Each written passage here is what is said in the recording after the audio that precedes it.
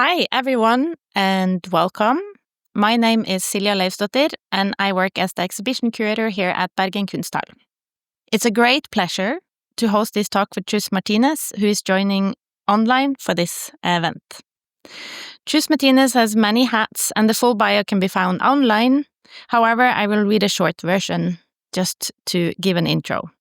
Chus is a curator, writer, and educator with a long-standing engagement in exploring how art can reshape our relationship with nature, society, and each other. She's head of the Institute Art, Gender, and Nature in FHNW in Basel and has previously served as expedition leader of The Current and artistic director of Ocean Space in Venice. Her work has consistently asked how art can operate as a medium for knowledge, trust, and collective imagination. The talk is part of our series titled Plattform and is organized on the occasion of this year's festival exhibition titled Moonbag with Tori Wrånes, an imaginative landscape where art becomes a way of sensing and negotiating our place in the world. Today we look forward to hearing more from Chus about oracular thinking, democracy, and the potential of art as a civic medium. And Chus, thank you so much for being here with us today. The screen and the word is yours. Hello, everyone. Thank you so much for inviting me and for being part of this very important context. And I'm very honored to be talking today. A little bit nervous as well, since the pandemic I did not use this format anymore, and it feels a little bit strange. But the most important thing is to connect, so it doesn't matter how. And I would like to talk today about my current thinking. So the most important thing for me is not to present you with finished ideas, but to make you think with me about certain notions and certain preoccupations that really occupy my mind. I just did open the Ljubljana Biennial on the 5th of June, and this has been really a major task that I've been doing in the 1.5 past years.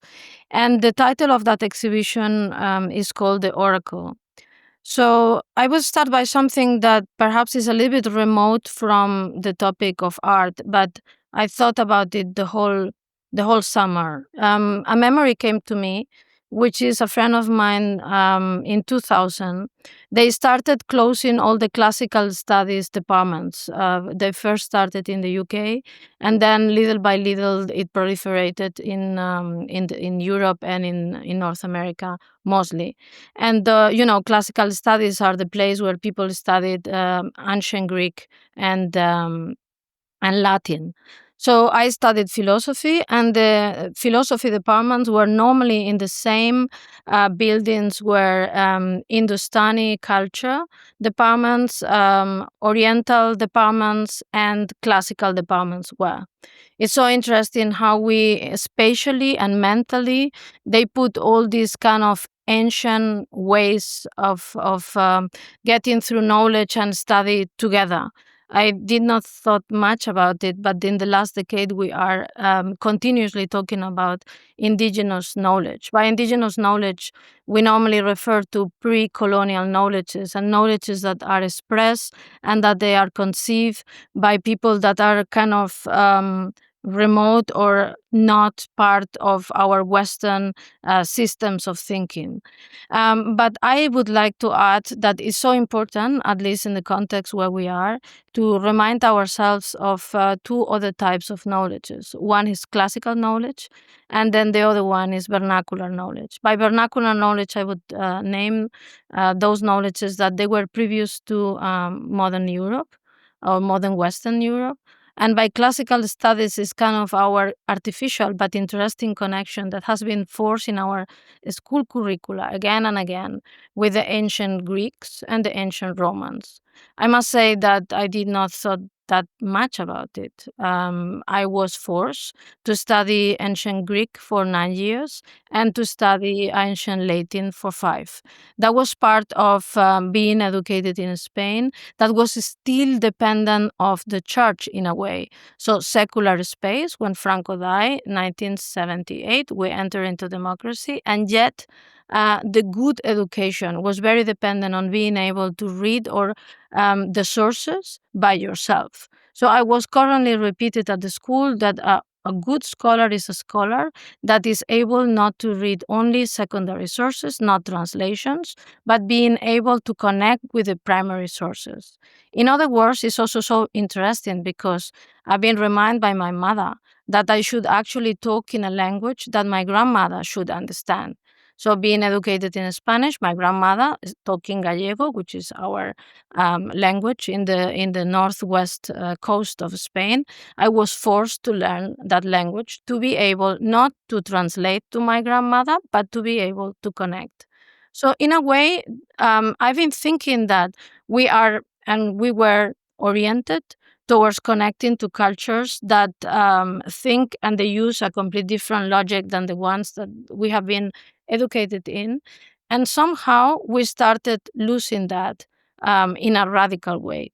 So in 2000 or around 2001, when the classical studies departments started to be closed, a friend of mine, which is an immense scholar in Latin and Greek, we were having a coffee and then he said, well, the very moment that they are closing these departments, they are closing down democracy. And then I thought, okay, don't exaggerate, because at the end of the day, it is only very few people that need Latin and ancient Greek. Look at me. I studied it for almost 10 years, both. I don't remember anything. I cannot make use of anything. In the middle of the night, after opening the Ljubljana Biennial, being very, very preoccupied by the audience, how can we conceive spaces where people can connect, that people can actually not only see what goes wrong, but getting an energy of what could get right, what can I still do, how can I still be relevant. In the middle of the night, I wake up and I thought, oh, wow, perhaps he was right. I think we lost, what did we lost with classical studies? And then it was 3 in the morning. And then I went to my small, very small library because I use mostly only digital books. And then I pick up, I pick up a book that talks about rhetorics, about how to speak. And then this book goes back to Aristotle. And then there you read that Aristotle was completely in favor of producing an architecture of teaching us how to talk. By teaching us how to talk, it means that he needed to construct common places, common subjects that are common to everyone, to absolutely everyone. And then he defined two families: those that are able to talk to each other because they create all the time syllogisms. So it means that I've been ill, and then you say, my grandmother has been also ill this summer. So you kind of produced a bridge by producing a similarity in between what the person is saying and what you are thinking. And the second family he defined by those that they talk dialectical. That means that, I've been ill this summer. And then you say, well, actually, illnesses are not proliferating. I think that's, it's just a question of your mind reading it like this, but it's a personal thing. So people that are producing an argument that counterposes your argument and they situate their way of thinking in front of you. I thought it was so interesting because he saw in it only a logic of talk or a toolbox that he could actually give to everyone, and everyone would then just learn by generating topics that they were defined for conversations in the ancient times. These topics of conversations are called ars topica. So the ars topica is so interesting. Ars means the art, and topica means space. So ars topica mean the art of building arguments by consulting the mental spaces. It means that there is, in the definition of Aristotle, two very big mental spaces. One that all the time sees similitudes and syllogisms, and one that all the time sees antagonism and reacts to this antagonism. Of course, I'm simplifying in a big manner, but this was accepted as something that we needed to be able to talk to each other. So, in other words, in the ancient times, they had an idea that we may be running out of, first, original topics to talk about, second, original or at all commonplaces. So they took, I think, we coming out of a couple of decades, some very, let's say, some long decades of consensual democracy in the spaces we are talking from today, so Western Europe. We assume consensus as the basis of the understanding. Now that we are radically polarizing, we have a big problem by finding tools and by finding ways of connecting with those we don't agree, we don't want to agree, or we even hate. So for me, I started to understand that in the ancient times, they understood that finding people to agree with is almost impossible. And because this is almost impossible, you need the ars topica. So conceive the ars topica as if Aristotle would have been a gardener and they have been just planting trees. And those trees are kind of marks that we move together. So the only thing that we agree on is that we move from tree to tree. But where I see an apple tree, you may see a complete, a pear tree or a nut tree or whatever tree. You see a complete different thing. You may not even see a tree at all. So that's the interesting part. But they conceive a space where they could move together through that topica, through those topics that we talk together. In order to reach the togetherness, then you need to lower it immensely. So you needed to go to common places, common spaces that we should be agreeing on. So I was thinking that it would be really interesting to explore that. So and then I was thinking, what is the in our contemporary society that provide us with that garden, with that space, with that common place, with that topica, that actually it is to trust and that we could actually bring people in. Okay, could be the working space. I doubt it. It's very difficult. The offices are really becoming a really conflicted space, and we assume to 90% that we need to work in order to survive. But we don't expect big transformations in our life happening in the working space. The family space is also being dismantled in many ways. It's a difficult space. It's an emotional space. It is de-articulated. It does not have the same form that it used to have in the time of our parents, in the time of our grandparents, and it is also kind of bombarded by our exhaustion because we are very, very tired in many ways, and we are tired also in a existential dimension that is new to us.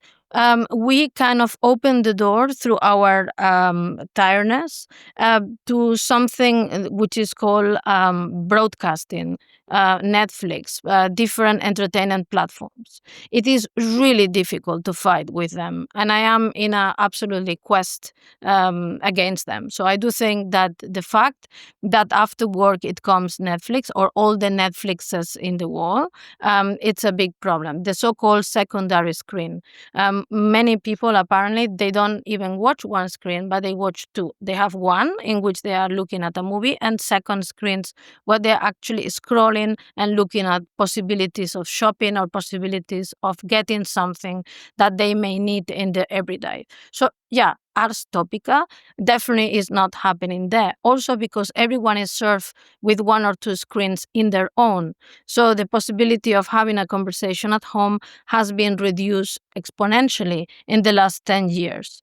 So it is the school where the ars topica is happening. Also a very interesting space, but also a space of conflict and a space of complex diversity and intergenerational agency that is also not leaving for much space in a very defined curricula, and so on and so forth. So at the end of the day, in my absolute positiveness towards contemporary art, I do say that the only possible space for the arts topica to be reinvented and to find this common mental space that we need really to hold on in order to regenerate democracy.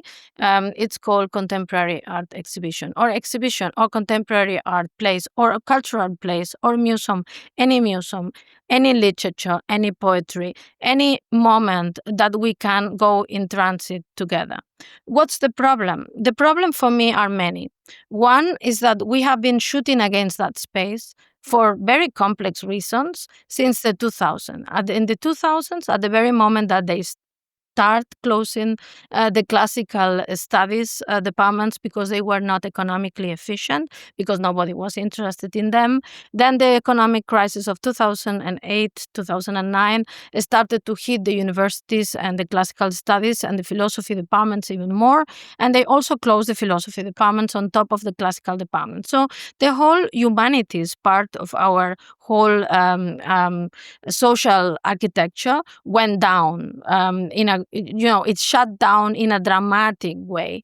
Very few people notice because very few people are actually affected by the collapse of this building. The shopping, let's call it the shopping mall of classical studies and philosophy studies, is empty versus the shopping mall of entrepreneurship and many other disciplines was full of people. So fortunately, when the whole building collapsed, it was no casualties. Nobody was dead. But something happened actually in the texture. It is like a small illness that it's not something that is going to bring you down immediately. But in the course of time, it's like an autoimmune deficiency. So this autoimmune deficiency, called classical studies and philosophy departments, it's going to affect the capacity to talk. So if we affect the capacity to talk, we affect the capacity to discuss and the capacity to argue. If we affect the capacity to argue, we are affecting the capacity to respond. We are affecting the capacity to respond, so we are not responding, we are just defending ourselves. So some people close down in a moralistic value bunker. Those like me, educated in the left, that they say that actually we are right, and because we are right, we can't really not make sense of things when they go wrong. But things are going really wrong. And many people, many people are with the wrong ones. How can it be that you go with the wrong, even if it's wrong eventually for you? This is against common sense. But we don't know how to argue that. We are actually defending and not arguing, connecting. We are also not entering the common spaces of those that we don't agree whatsoever. We don't agree. So how to go there? All the kind of doors are closed.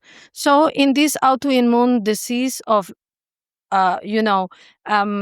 unlearning how to talk and finding arguments to connect and actually touching the skin of each other, something else really happened, which is also a new radical process. It's called artificial intelligence. Artificial intelligence that runs through the system of everything we have been programming is nothing else at the beginning than something that makes possible to scroll and read in a speed that is unprecedented to us. We don't read as well because we are exposed to a different thing, but we are also losing the capacity to talk while we generate a technology that reads really fast.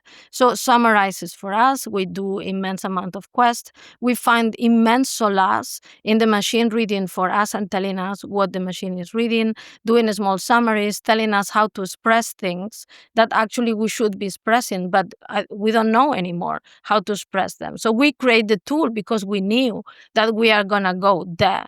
So we are going to go in a moment where actually it is important to write about our emotions, to have autofiction 10 years ago, to have poetry 5 years ago, and start entering into the spaces of storytelling and fabulating like some years ago. But actually, at the same time, we have a big problem with reading because we are very tired and we don't know exactly where to start because the whole curricula of reading stop at the same time. This technology is doing it.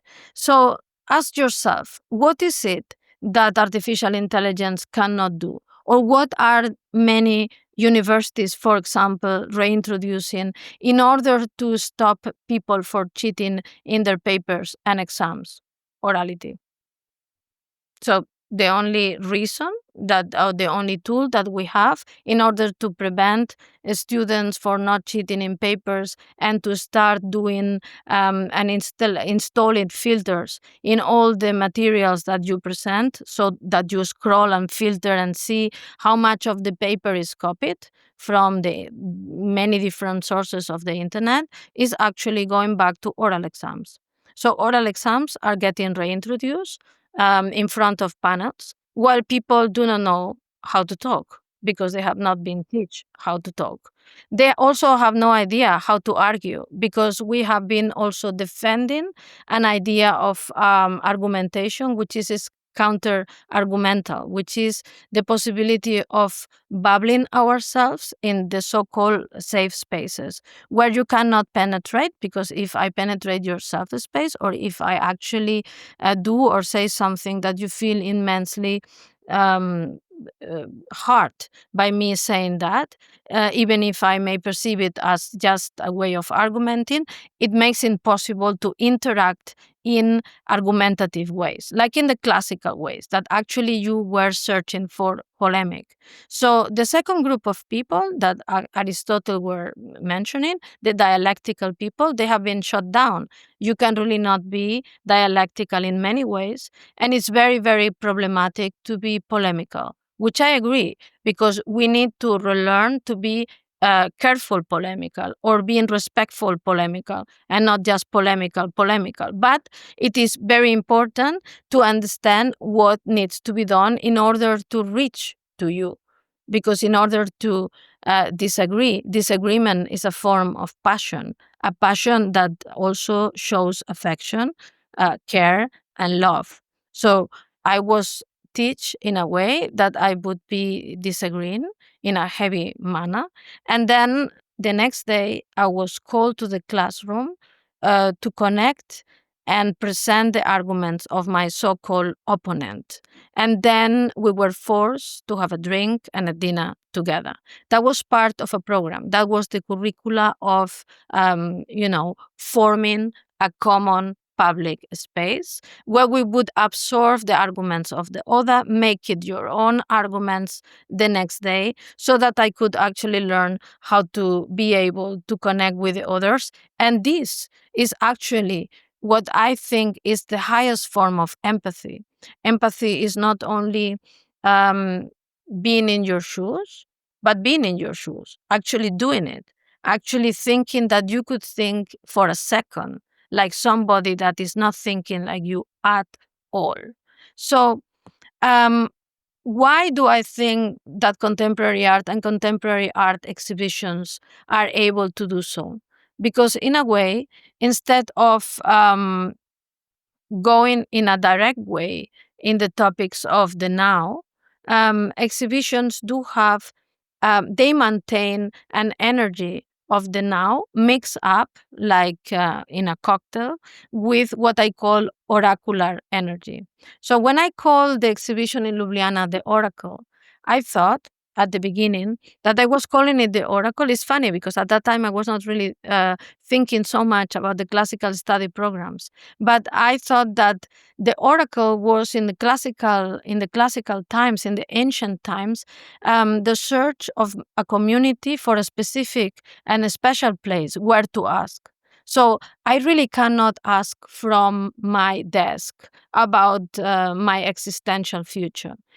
Somehow you need a special place where you can place these questions. And I thought that the exhibition is that special place, that you go there because perhaps you have an interest in art, but you mostly go there because you have an interest in yourself in connection with that substance, which is a cultural substance that connects you also with your community in an indirect way that is very, very productive. So when you are community base. When you are part of a small community, you are part of their problems. But when you go into the exhibition, you are part of the community and you are part of their solutions already, because you are orienting yourself towards the future of your own group and your own community through something that you cannot control and you can barely understand, which is the what I call the positive radical the radical positive space of the abstraction that contemporary art offers to you. It's abstract enough that you cannot own it by grasping it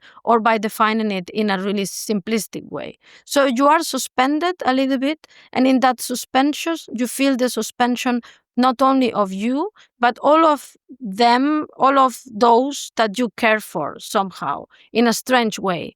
If you like the exhibition, you like it for you and for everyone. So you go out of the exhibition talking about it, producing an orality, telling everyone, actually, I don't know why, but you should see it. And if you don't like the exhibition, you produce an orality saying, I don't know really exactly why, but don't go there. So I think that we have an enormous potential space. On the other hand, there is also something in contemporary art that is irritating, which is the oracular. It means that contemporary art and artists, they have the faculty of seeing a little bit ahead. And by seeing it a little bit ahead, we are also a little bit displaced. So we don't see the now in our exhibitions. We see the past and the future, and the now is a little bit blurred. And I do have a love for exhibitions that they really are maintaining this. The fact that you can look at the past and you can look at the future and you have still a hard time looking at the present. And I think it's okay to have a hard time looking at the present. Um, Several weeks ago, I was reading an article, a very unfortunate article in Freeze magazine, of somebody claiming that people are not really now that there is two wars. There is no wars in the exhibitions. That everyone is using fancy titles and fancy words and actually not presenting the drama of the wars inside the exhibition. Is it really the function of an exhibition to present something that all the media, all the conversation, all the worry, all the social media accounts are already presenting? Or should we actually present something else to produce this kind of communal space that is a little bit more complex, that the illustration of the conflicts and the ideologies and the radicalization, moralization, and the almost non-dialectical unlearning of the present. So I think that all these questions are really super interesting. And I would say, and that's my final argument, that if we really want to reconstruct our civic space, we really need to start believing in contemporary art exhibitions and in the institutions that hold them. So we are, I would say, in the opposite in the totally opposite space as when we were talking about institutional critique. We should now talking about art institutional embrace. If we were ready to criticize it, now we should be ready to love it. We did not love it because the press in the 2000s, I was starting this argument without ending it. In the 2000s, when they start closing the classical departments, the press was also starting to talk about contemporary art events as elite culture. Before luxury culture was implemented, like now, we know what luxury culture is. We know what brands that cost enormous amount of money are. We know also what it is to have enormous amount of young people aspiring to buy those brands and be seen with luxury items. Art and contemporary art was kind of in the preliminary space of the luxury brands. We were perceived as being elitarian, only there for few, being cryptic, not being able to be readable, not being able to be described, not being able to be popular, not being able to be connecting with the people, being stars if you were a curator. So it was interesting how we make an impressive public effort to unplug contemporary culture and the contemporary culture agents, artists, and professionals from the possibility of them working towards the common good. Why? I've been only working towards the public sector and the common good only. And like me, many others, we are struggling with the budgets, struggling with our political classes, struggling with the boards, struggling with the audience, struggling with the media, struggling with everything. For what? For the elite? I doubt it. Not me. Not everyone I know. Actually, we need to reconstruct these narratives. We need to do a public appeal to talk about institutional lobbying again. We really need to do a campaign to actually win the trust of people by saying that we are actually sheltering some values and sheltering some possibilities of political, social reeducation and pedagogy and civic spaces that are there with the only goal to regenerate our democratic values and to make a better society for us. So that's my point today. Wow, thank you so much, Chus, for this perspective. I just feel like I had the best pep talk ever after this because of the optimism and that view you just brought in with being ready to embrace the institutions after struggling for so many years. So now I just feel revived and energized, which I hope also spreads across. So thank you so much for that. It's, I think going from institutional critique to this should be an easing selling point, but I think we both know that it's a lot harder than it sounds like in real life, even though in theory it should be easy to sell. But it's a lot of work and it will take some time, I think. But this was really, I think we could have this conversation going on for a really long time. I just wanted to, I think I have maybe two questions that I want to ask just to sort of dive into two things I'm curious about. One, maybe when you talked about also this, what we're lacking, everything from artificial intelligence and networks and that we can't argue anymore, we can't talk anymore. I also just wanted to comment in terms of seeing exhibition and visiting exhibitions and what you work on with the audience as an institution. I feel also that there's a lack of curiosity. In that sense, you were also talking a little bit about it, but that I feel when you watch a Netflix and if after 5 minutes, if you don't like it, you just turn it off. And you're surrounding yourself with things that are comfortable, and you can kind of curate your life with not meeting anything uncomfortable, not arguing, not talking on the phone. I don't think the younger generation talks on the phone anymore. They just text if they can prefer not to talk. So that's really scary. And I think also to have the curiosity, like where is the curiosity to walk in and see something that you do not know anything about before, to walk into a concert or an exhibition and have the curiosity to see, like, I really want to know, I really want to see, I don't know anything about it. And I feel that that's also something that I feel is lacking, that used to be there somehow. Yeah. And then maybe, so I don't know if that was just something that the word curiosity and the lack of that has been something on my mind for a while that I feel we need. Yeah.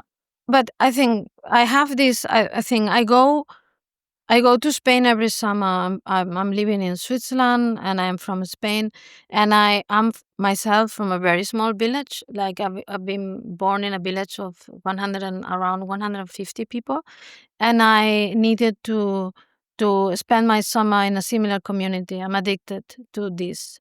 Those communities are normally very, very conservative. My own family is very conservative.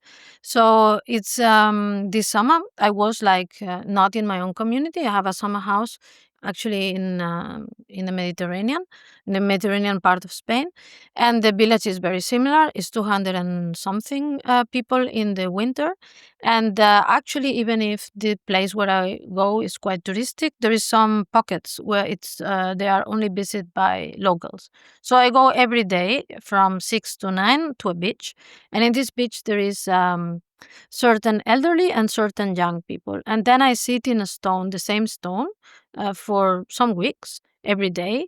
And I listen to the conversations of the people. Everyone talks in their loud Spanish way. And it's clear that I'm there and I'm listening. So they don't really cancel their conversations to me. So 4 girls come that I know them since many years. And now they are in their early 20s. They come and start talking to each other. One of them says, like, have you used Tinder this year? And then the others say, like, oh, yeah, but listen, I'm out. I'm out. I don't want that anymore. And then they start engaging into a conversation about how to meet people emotionally, but friends and so on. And one of them tells to each other, um, girls, do you know what I'm dreaming of? And then the others, yeah, tell us.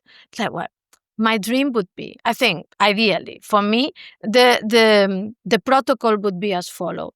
I have a best friend, and then we fall in love. That would be really good. And then I thought, fuck, but this is, in my time, to fall in love with your best friend was actually not the point. You really wanted to meet somebody new because this kind of, TV series where you have a secret crush on your best friend. They were super popular in the 80s and 90s, but actually the winner is always the outsider. Then the guy that comes new in the high school, he is the winner. You really go for Superman because from another planet, but you just don't actually married the one or get in a relationship. So next day, another group, and they are men, and they are talking about all the time about what is really important and what are the goals of the autumn. And they are saying that, well, I would like to go more to the gym.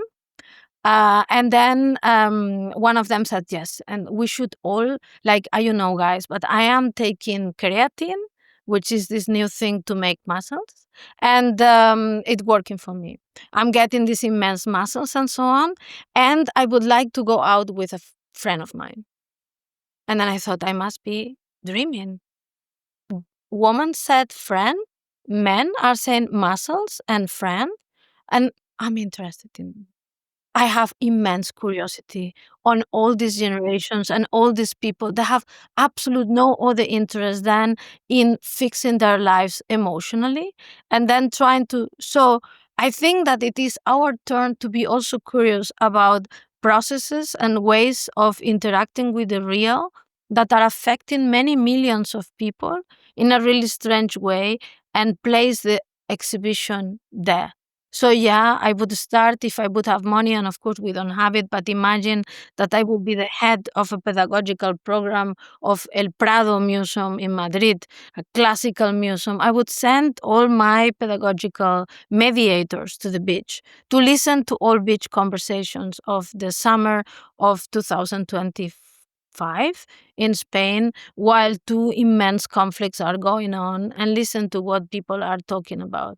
So I think that without these pieces of information and ways of connecting with them, it's impossible to hook into their curiosity. I do believe, I'm a radical positive person, that people are immensely curious. They want to know what if I fall in love with my best friend. It's so funny. Like what?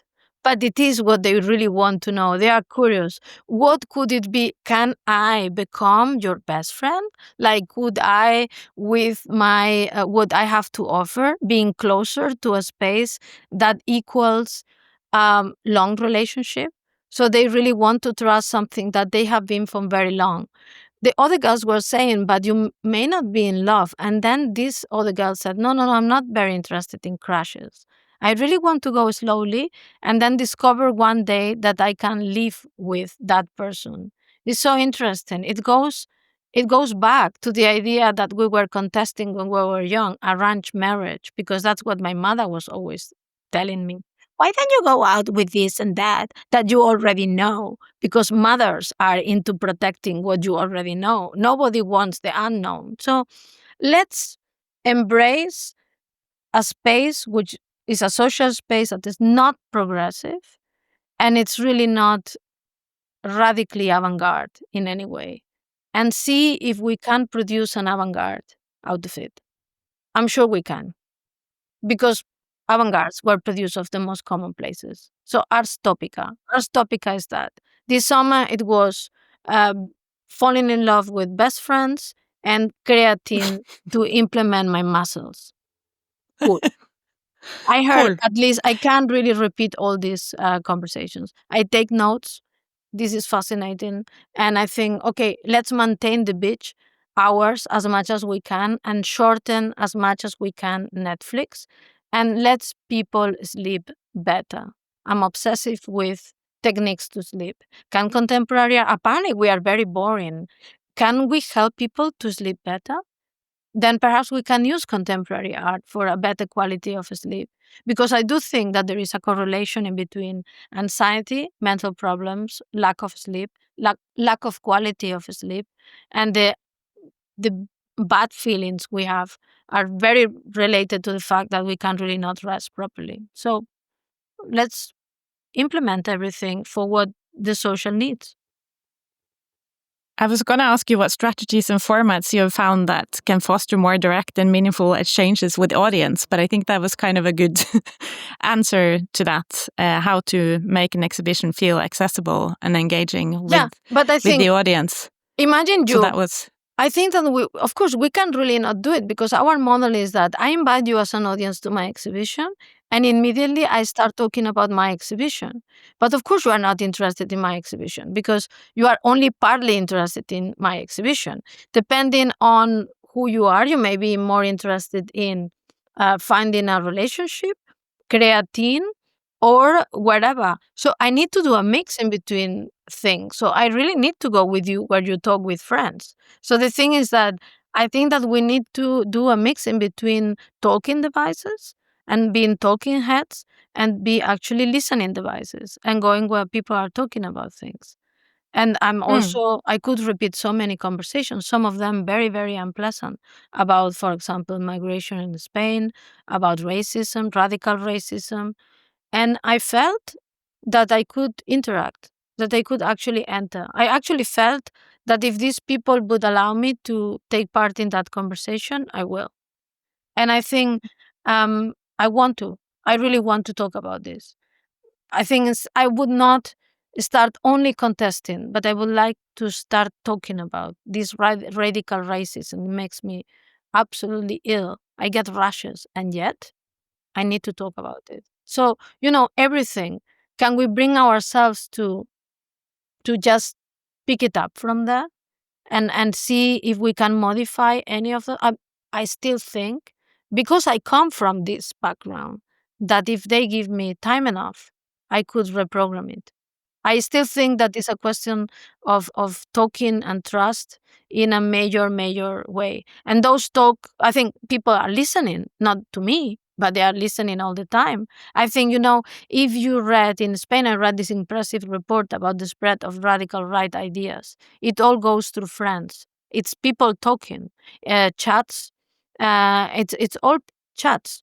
So it's not that people are reading certain media and believing them, as the liberal media and left media says all the time only. It's apparently chats. It's groups of people that they trust each other, that they share this type of really horrendous ideas. So we need to be part of those chats. I don't know how. I think not that I may maintain my nerves. I think I'm not promising that I would be able to, but I think that somehow I need to go. Um, that's our new astronautic conquest. If we need to conquer space, we need to conquer the space that now is taken by the far right. That's our astronaut of 2025. It's not Mars. It's probably all the WhatsApp groups. Yeah.